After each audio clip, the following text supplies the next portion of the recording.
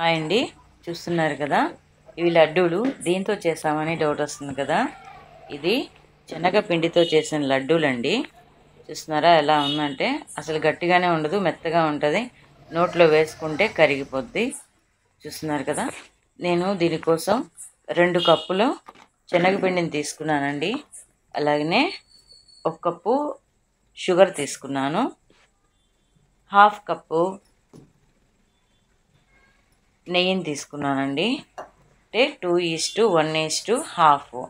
ఇప్పుడు ఈ శనగపిండిని బాగా వేపుకోవాలి. సిమ్లోనే వేపుకోవాలండి ఈ పిండిని అంతటినీ కూడా. ఇదిగోండి, ఈ 2 కప్పులు నేను ఒకేసారి వేసేసి సిమ్లో పెట్టి బాగా వేపుకుంటున్నాను. అంటే దానిలో ఉన్న పచ్చి వాసన పోయేంత వరకు.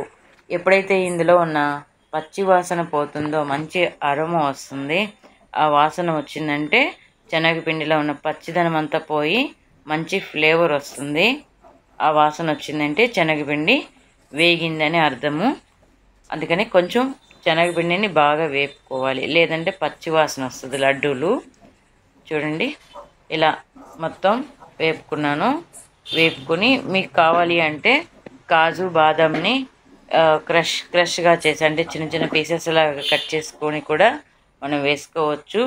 మీరు ఏదైనా డ్రై ఫ్రూట్స్ వేసుకోవాలంటే, నేనైతే కాజు వేసుకుంటున్నాను. ఇది వేగుతూ ఉంటుంది, కలుపుతూనే ఉండాలి, లేదంటే అడుగు అంటేసి మాడిపోయి నల్లగా అయిపోద్ది. మనకి లడ్డూలు అనేవి నల్లగా కొంచెం మాడు వాసనలా వస్తాయన్నమాట. అందుకని చెప్పి కంటిన్యూస్గా స్టవ్ దగ్గరే ఉండి సిమ్లో వేపుతూ ఉండాలి.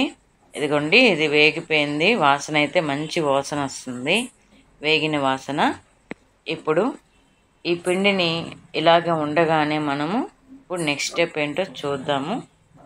చూడండి, ఇంకాను కొంచెం అలా కలుపుతూ ఉన్నాను. వేడివేడిగానే ఉండాలి. ఇలా వేడివేడిగా ఉంటుండగానే మనం ఇందులో ఇప్పుడు నెయ్యి వేసుకుందాం. ఆల్రెడీ నెయ్యి కరిగించిందండి, అది కూడా ఇంట్లో తయారు చేసింది. చాలా మంచి వాసన వస్తుంది బయట కొనిన దానికంటే. నేనే తయారు చేసి పెట్టుకున్నాను. ఇందులో కొంచెం టర్మరిక్ కూడా వేసుకోవచ్చు, లేదా ఎల్లో కలర్ కూడా వేసుకోవచ్చు, మీకు ఎక్కువ కలర్ కావాలంటేను. నేనైతే కొంచెం టర్మరిక్ వేసానండి, దానివల్ల అది కొంచెం లైట్ ఎల్లో కలర్లో వచ్చింది. వేగిపోయినా పర్వాలేదు, ఆల్రెడీ ఇది శనగపిండి కదా, వేగింది కదా. అలాగే నెయ్యి వేస్తున్నాం కాబట్టి ఇది కూడా కొంచెం మంచి ఎల్లో కలర్లో వస్తుంది. ఈ 1/2 కప్పు నెయ్యిని ఇందులో వేసేసి అలా స్లోగా కలుపుతూ ఉండాలి. ఈ పిండి అంతా కూడా మనకు ఈ నెయ్యిలో మిక్స్ అయిపోవాలండి బాగా. ఆల్రెడీ అది వేగింది, ప్లస్ ఈ నెయ్యి కూడా వేడెక్కి బాగా మంచి ఫ్లేవర్ వస్తుంది. కానీ ఇంకా అది బాగా మిక్స్ అవ్వాలండి. మొత్తం ఈ నెయ్యి మొత్తం ఈ పిండిని పీల్చుకొని మొత్తం బాగా మిక్స్ అయిపోవాలి. చూస్తున్నారు కదా, సిమ్లోనే చేయాలి ఇదంతాను. బాగా కలుపుతూ ఉండాలి. ఇంకేదైనా ఉంటే కొంచెం అందులో ఉన్న నెయ్యి కొంచెం వేసాను అంతే. నేను ఎక్స్ట్రాగా ఏమీ వేయలేదు, నెయ్యి సరిపోతుందండి. ఎందుకంటే ఎక్కువ వేసామనుకోండి, మనం దాన్ని ఉండలుగా చుట్టేటప్పుడు అదేమవుతుందంటే పల్చగా అయిపోతుంది. కాబట్టి ఈ కన్సిస్టెన్సీలో ఉంటే మంచిదండి. మనం దాన్ని రౌండ్స్గా చేసుకునేటట్టు బాగా వస్తుంది. ఇది బాగా వేగాలి, నెయ్యిలో కూడా వేగాలి. ఆల్రెడీ ముందు వేగింది, మళ్ళీ ఇప్పుడు కూడా వేగాలి. నెయ్యిలోనే బాగా వేపాలి, సిమ్లో ఉంచుకొని వేపాలండి, లేకపోతే అడుగంటేస్తుంది. అసలు చాలా వేడిగా ఉంది, నెయ్యితో కలిసింది కదా, పట్టుకుంటే చేయి కాలిపోతుందండి. కొంచెం ముద్దని పట్టుకుంటే చేయి కాలిపోతుంది, అంత వేడిగా ఉంది. ఆయిల్ కూడా బాగా వేడైపోయింది. ఇలా ఈ నెయ్యితోనే చాలాసేపు అండి వేపుతూనే ఉండాలి.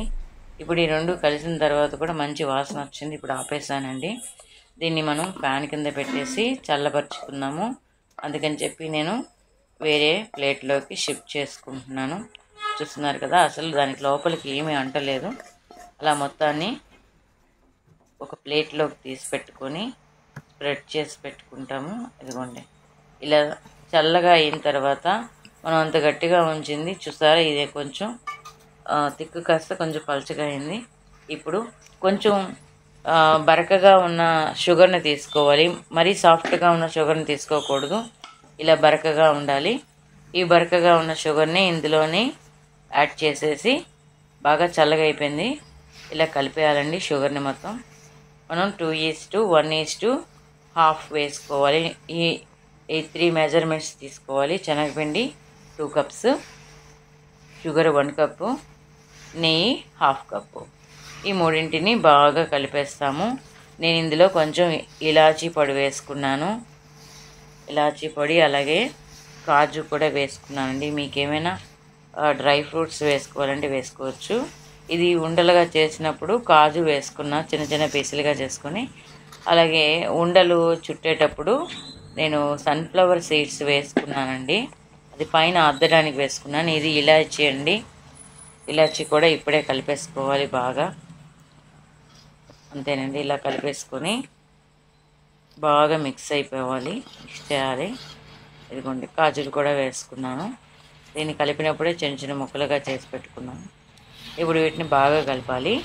వేడి ఉండకూడదండి. వేడి ఉందంటే మళ్ళీ మనం షుగర్ వేసాం కదా, అదేమవుతుందంటే వేడికి బాగా పల్చగా అయిపోతుంది. లడ్డూలు చుట్టడానికి మనకు సరిగా రాదనమాట. అందుకని చెప్పి వేడి బాగా పూర్తిగా చల్లగా అయిపోవాలి. చల్లగా అయిపోయిన తర్వాత చూస్తున్నారు కదా, ఇలా ఉండలు చూసుకుంటున్నాను. ఇప్పుడు నేను సన్ఫ్లవర్ సీడ్స్ కూడా వేసుకుంటున్నానండి. దీనిపైన అద్దుతున్నాను ఒక్కొక్క సన్ఫ్లవర్ సీడు.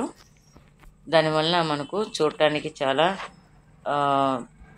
లుకింగ్ అనేది చాలా బాగుంటుంది. తినేటప్పుడు కూడా వాటి టేస్ట్ అనేది చాలా బాగుంటుందండి. ఒకసారి మీరు కూడా ఇలా ట్రై చేసి చూడండి. చాలా బాగుంటుంది. పిల్లలు తిన్నారంటే మళ్ళీ మళ్ళీ అడుగుతారు చేయమని.